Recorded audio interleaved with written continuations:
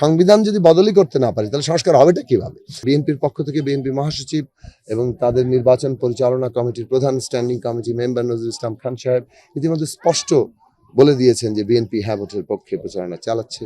সুতরাং এই ধরনের নানা বিভ্রান্তি তো আমরা শুনেছি যে প্র্যাকটিক্যালি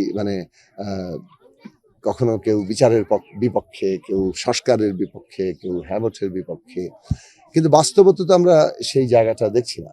আমরা দেখছি যে বিচার চলছে, আমরা দেখছি জুলাই জাতীয় সনদে বিএনপি সহ আমরা সকলে সই করেছি এবং আমরা দেখছি যে আমরা এখানে হ্যাঁ ভোটের পক্ষে আমরা আমাদের প্রচারণা চালিয়ে যাচ্ছি।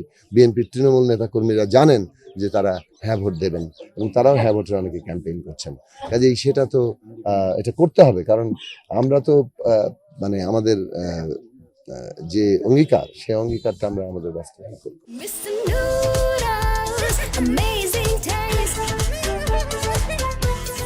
ভোট এতটাই গুরুত্বপূর্ণ বাংলাদেশের জন্য, কারণ এই 54 বছর ধরে এত বড় একটা রক্তক্ষয়ী যুদ্ধের মধ্যে দিয়ে এত লক্ষ মানুষের রক্তের উপর দাঁড়িয়ে একটা রাষ্ট্র পত্তন হয়েছে গণতন্ত্রের জন্য, মানুষের অধিকারের জন্য, কিন্তু সেই রাষ্ট্রে কিন্তু আমরা 54 বছর ধরে ভোট নিয়ে এই সংকটের মধ্যে ঘুরপাক খাচ্ছি।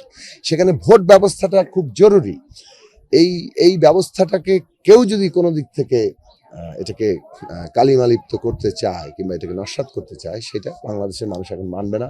এত হাজারো তরুণের রক্তের জুলাই অভ্যুত্থান, এই রক্তের ঋণ আমাদের জায়গাটা হচ্ছে যে ভোটাধিকার প্রতিষ্ঠা করা। ফলে আমরা মানুষের ভোটে জিততে চাই এবং সেই অধিকারটা প্রতিষ্ঠা করতে চাই। এই নির্বাচনের মধ্যে দিয়ে এটাও আমাদের একটা লড়াই। সুতরাং যারা নির্বাচন বানচাল করছে তারা বাংলাদেশের বিরুদ্ধে দাঁড়াচ্ছে। দেখুন, ন্যায় বিচার এবং গণতন্ত্র ছাড়া একটা জাতি, একটা জনগোষ্ঠী ঐক্যবদ্ধ হতে পারে না। আর আমরা যদি ঐক্যবদ্ধ থাকতে না পারি, বর্তমান বিশ্ব দুনিয়ায় কিভাবে আমাদের স্বাধীনতা সার্বভৌমত্ব ক্ষুণ্ণ হবে সেটা তো আমরা দেখতেই পাচ্ছি। কাজেই আমাদের স্বাধীনতা সার্বভৌমত্ব রক্ষা করতে গেলেই এখন আমাদের গণতন্ত্র, গণতান্ত্রিক ব্যবস্থা এবং ন্যায় বিচার প্রতিষ্ঠা করতে হবে। কাজেই এইটাকে যারা ক্ষতিগ্রস্ত করতে চাইছে তারা তো আসলে বাংলাদেশের অস্তিত্বের বিরুদ্ধে দাঁড়াচ্ছে। এবং জনগণকে আজকে সেই ব্যাপারে সচেতন হতে হবে এবং তাদের ভূমিকা রাখতে হবে।